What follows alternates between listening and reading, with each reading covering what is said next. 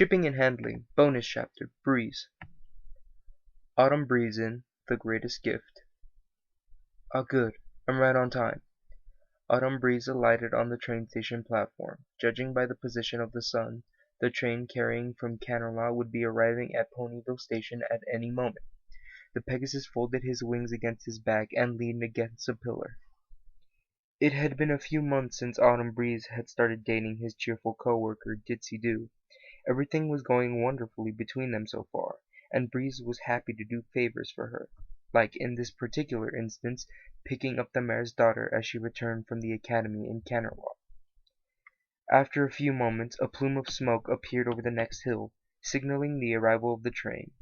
It pulled into the station with a loud hiss. The doors opened, and Bree smiled as a gray-purple unicorn filly hopped out, carrying a travel bag in her magical grip. "Hey, Dinky," Breeze called out. "Over here!" Dinky turned her head left and right, searching for the source of the voice, and a moment later her eyes settled on Breeze. She hurried over to him. "Hello, Mr. Breeze. What are you doing here?" she asked. "Usually Mom comes and picks me up on the weekends." Breeze nodded. "I know, but Ditsy got sent on an assignment all the way in Las Pegasus. Between all the travel and the job itself, she won't be back until Sunday morning, so she asked me to keep an eye on you for the time being." "Oh," Dinky brightened. "Well, that's convenient. Now we have time to plan a party or something for Sunday." Breeze raised an eyebrow. "A party on Sunday? What for?" Dinky blinked in confusion. "Well, that should be obvious. I mean, isn't my mom kind of your very special sun pony?" "Yes," Breeze answered hesitantly. "Well, do you have a better idea of what you want to do for Hearts and Hooves Day, then?" Dinky asked quizzically. Breeze froze. "Hearts and Hooves Day? It's this weekend?" Dinky rolled her eyes. "Mr. Breeze, don't tell me you forgot." Breeze groaned and hung his head low. "I did. My first Hearts and Hooves Day with my new mare friend, and I totally forgot. Great." "Luckily, I prepared for this," said Dinky in a matter-of-fact tone. "Look, I already made her a card. You just have to sign it, and we can give it to Mom." Dinky reached into her bag to retrieve her drawing. Breeze snatched her up and placed her on his back before she could. "No time for the small stuff, Dinky," Breeze urged. "This isn't just any pony we're talking about here. Your mom's been through a lot in the last couple of years, and I want to get her something really special for Hearts and Hooves Day. You know, something she'll never forget." Dinky tapped her hoof to her chin. "Well, we could go into town. All the stores are full of potential Hearts and Hooves Day presents right now anyway." "Good idea," said Breeze. "And you, Dinky, are going to help me pick something out. By the time your mom comes back on Sunday, we're going to have the best Hearts and Hooves Day present ever." "Sold out? Really?" "I'm afraid so," the clerk replied. "Hearts and Hooves Day is quite the occasion around here. You know, most of the best merchandise we put on stock is gone by the time the holiday gets this close." Breeze nodded. "Yeah, I understand. Thank you anyways." Breeze trudged out of the shop, with Dinky tagging along behind. "Now what, Mr. Breeze?" Dinky asked. "That was the 5th store we've checked. All they have is candies and trinkets." "I know," Breeze said morosely, "but I refuse to buy that stuff. We need to find something that's really one of a kind." Dinky glanced around Ponyville Plaza, searching for any place that might have that special kind of special merchandise Breeze was looking for. Her eyes came to rest on a round, ornate building. "Well, there's Carousel Boutique," she suggested. "Sweetie's older sister Rarity already has Mom's measurements, I think. Maybe we could get her to make a dress for her." Breeze brightened. "That's a good idea," he admitted. "Come on, let's go see if Rarity is busy." The pair of ponies trotted over to Carousel Boutique and stepped into the lobby. The room was full of mannequins, each with a different spectacular dress draped over it. Rarity was at the other end of the room, crouched over her sewing machine. The little bell over the front door rang as Breeze and Dinky entered, causing Rarity to turn around. The first thing Breeze noticed was how tired the mare looked. "Hello," Rarity said sweetly, if a little faintly. "Welcome to Carousel Boutique. What can I do for you today?" Hi," said Breeze awkwardly. "I was wondering if I could order a dress for my mare friend here?" Rarity blinked. Well, it seems a bit unorthodox, she admitted. I would need your friend's measurements if I wanted to make something that fits. That's just it, though, Bree said. You've met Ditsy Do, right? It's for her. Comprehension spread across Rarity's face. Oh, Ditsy Do! Why, yes, of course I know her. Darling, one of the friendliest mares in Ponyville she is. It's a shame I've not seen her in a while. Rarity snapped out of her memories. Oh, but back on topic. You'd like to get her a dress as a gift? Yeah, said Breeze. Something really special. It's gotta be one of a kind. Rarity grinned. Oh, I do love custom orders. Come into my workroom and I'll show you a few of my latest design blueprints. Breeze began to follow Rarity into the back room. Dinky took a moment to stare at some of the dresses before following along. Mr. Breeze, she whispered, do you think that Rarity is perhaps... We're here, Rarity sang as she pulled over the sketches. Depending on the design you'd like, there may be some variations in in price and time frame. I can do rush jobs, though. Once I made 5 dresses in a day. She frowned. Admittedly, that escalated into a bit of a fiasco, and that's neither here nor there. When would you like this dress by, anyway? Well, it does kind of need to be a rush job, Breeze admitted. It's for Hearts and Hooves Day. Rarity's expression suddenly froze. Her work glasses slid slightly along the bridge of her nose, hanging at a strange angle. What? She asked. By Hearts and Hooves Day, Breeze repeated. I know it's soon, but it's really important that... Rarity cut him off with a loud peal of laughter. Breeze was a bit taken aback by the outburst. Oh, darling, I'm afraid you're far too late, Rarity giggled. I'm putting the finishing touches on dozens of dresses that have been ordered for Hearts and Hooves Day. It's the busiest time of year. If you wanted to reserve something for then you should have been asking me a month ago. Breeze flattened his ears against his head. So that's out of the question, then. Quite, said Rarity bluntly. I don't mean to be rude, but most stallions have gotten their Hearts and Hooves Day presents prepared long before today. You'd better hurry if you want to find something nice for Ditsy. Rarity trotted out into the showroom. Now, if you excuse me, she continued, I really must be going back to work. So much still to do, and only a day and a half to do it. Looks like I'll be working all through the night again. Well, thanks anyway, Breeze mumbled. Come on, Dinky, let's go. Feeling less hopeful by the minute, Breeze and Dinky exited the boutique. I tried to tell you, Dinky said. When I noticed all the dresses in the showroom were mostly finished, I realized Rarity might already have her hooves full with Hearts and Hooves Day orders. Breeze nodded. I should have realized it myself, he admitted. I guess that was a stupid idea from the start. There was a brief silence. So, what do we do now? Dinky asked. I don't know, Breeze growled, stamping his hoof in frustration. There's nothing left to try. We could go to another town, but it seems like every pony is sold out here, so I don't see what the difference might be in other towns. Breeze slumped down to his haunches. I want to get Dinty something she never forgets. I want it to be something amazing. But now I'll be lucky if I can even get her a present at all. Why does it have to be a special present, Mr. Breeze? Dinky asked. Breeze looked at Dinky sadly. Dinky, do you know how hard things have been for your mom? She spent years taking care of you all by herself, living off low pay from an unstable job. Sure, she makes money more... Ugh, sorry, guys. And maybe girls. Sure, she makes more money now, but her first year at Equestria Speedy Shipping Services was filled with more ups and downs than any pony should have to deal with, and poor Ditsy has a harder time doing even simple everyday things than the rest of us because of her eyes.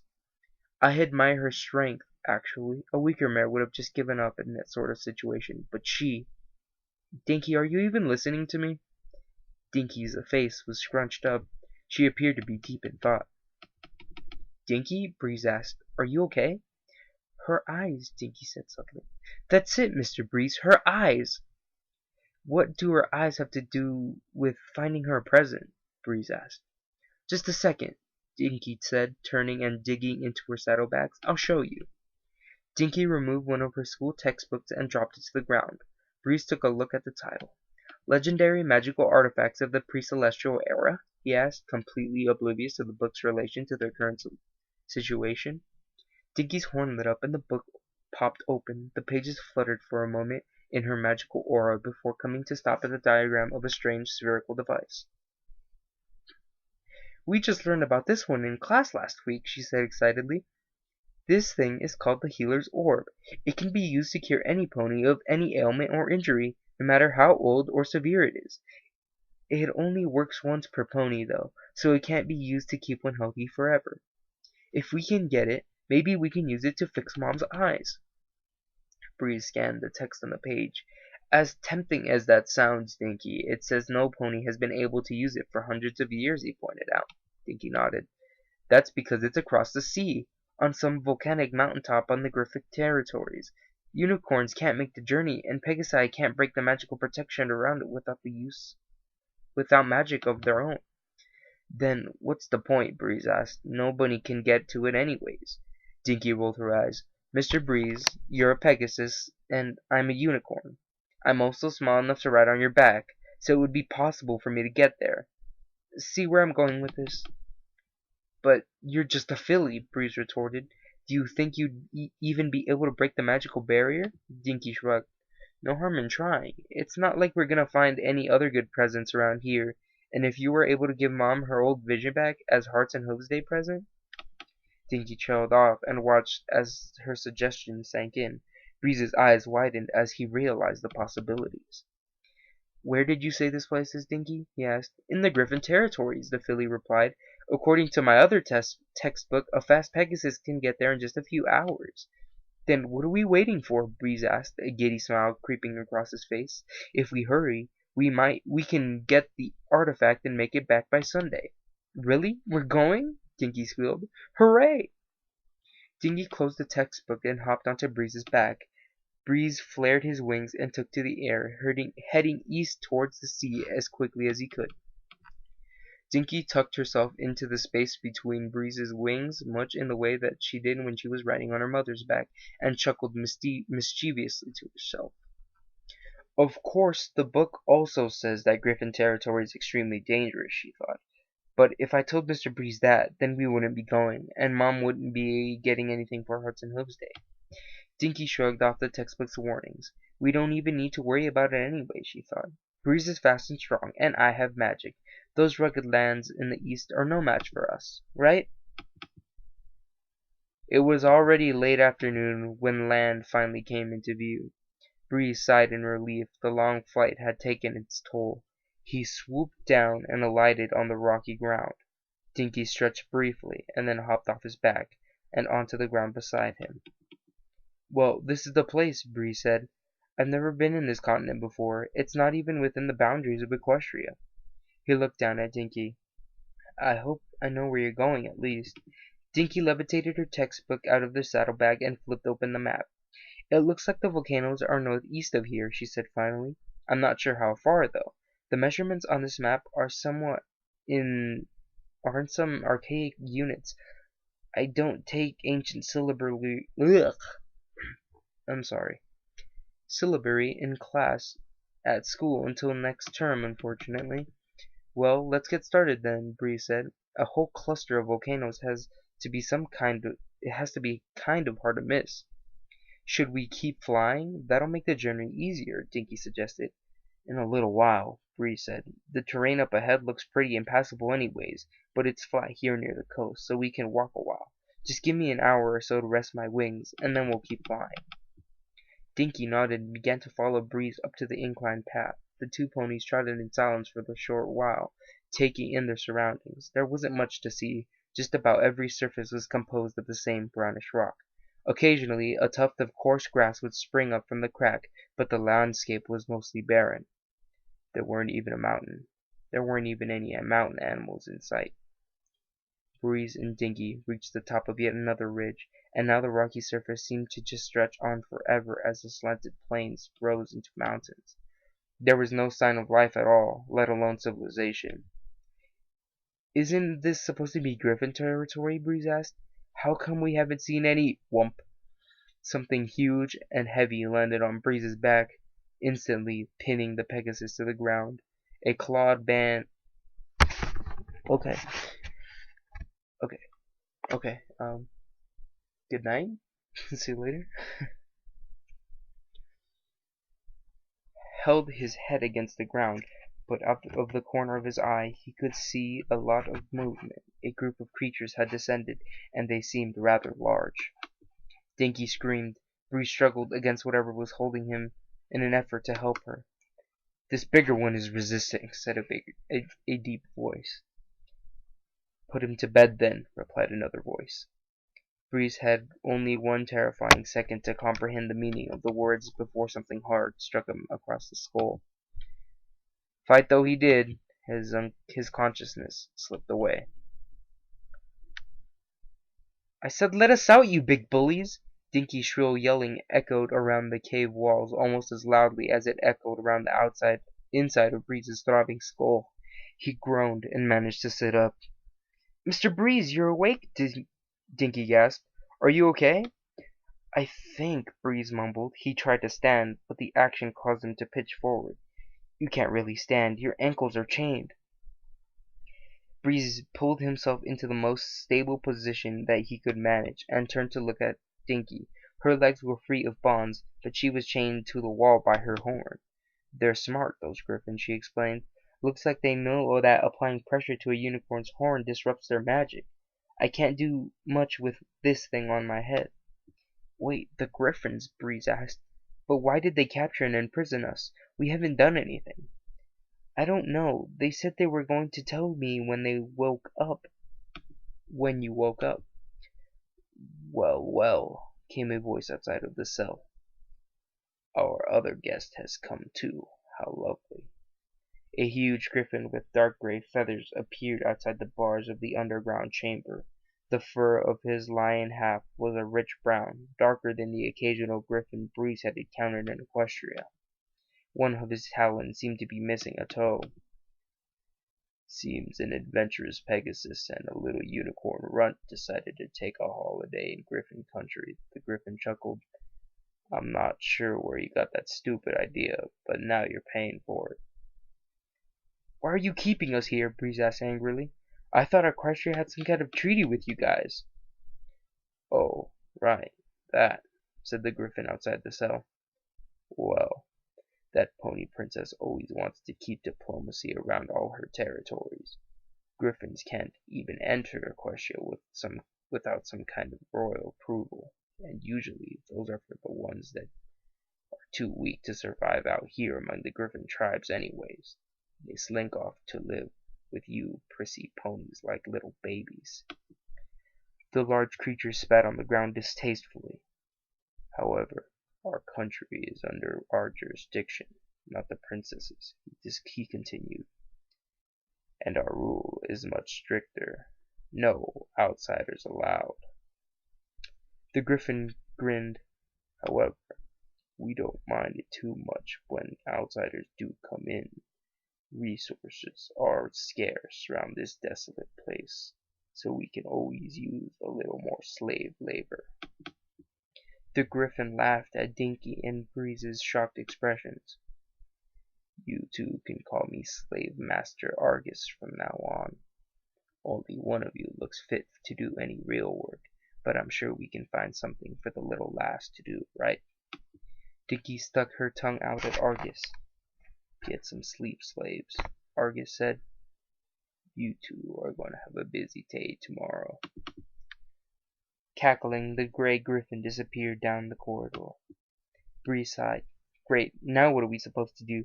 Did your book say anything about griffins being hostile? Dinky shrugged. It mentioned something about griffin territory being kind of dangerous, she said meekly, but I don't think I read everything on that topic, though. Breeze buried his face into his hooves. Well now, we'll be lucky if we even get back to Equestria, let alone your mama present. We need to find a way to break out of here. How? Dinky asked. We're both chained. I don't know. Maybe we could pick the lock somehow, Breeze mumbled. But there's nothing here to open them with. Dinky gasped. Yes, there is, Breeze. Your feathers. The pointy tips of your feathers might be able to get the job done. Breeze struggled, attempted to reach his wings, but the chains were too constricting. He couldn't reach them with any of his hooves. It's no use, Dinky admitted. I can't reach my wings, and if you're chained all the way over there, it's hopeless. Dinky tapped a hoof to her chin and thought, don't pegasi lose feathers naturally while flying sometimes? Excuse me.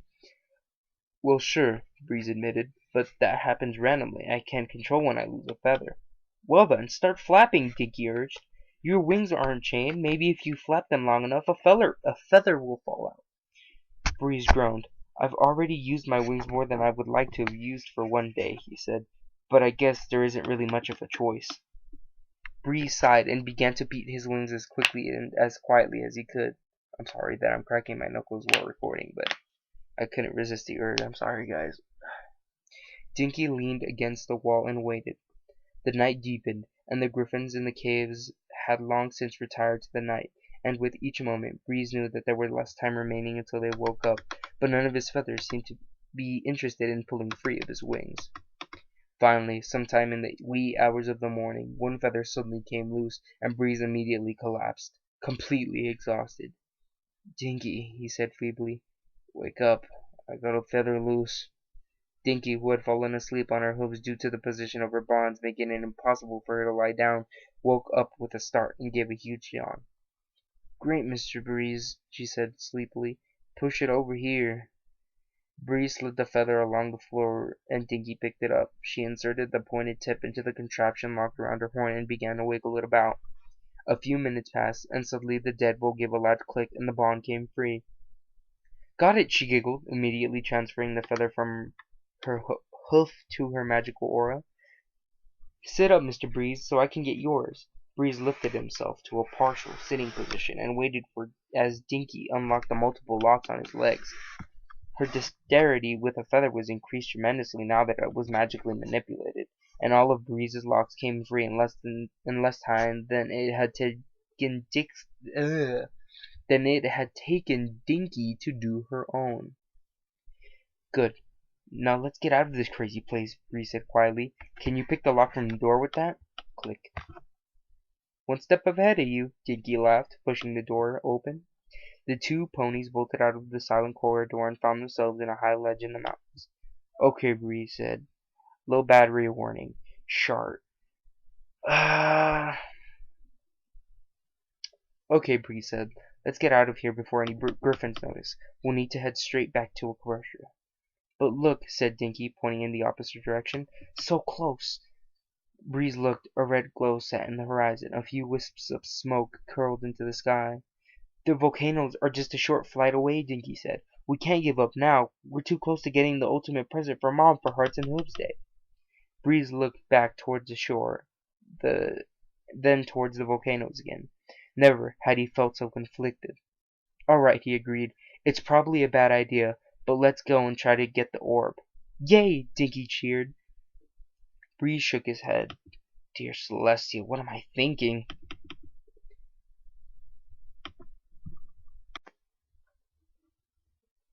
Breeze attempted to alight gracefully on the next precipice, but he just sort of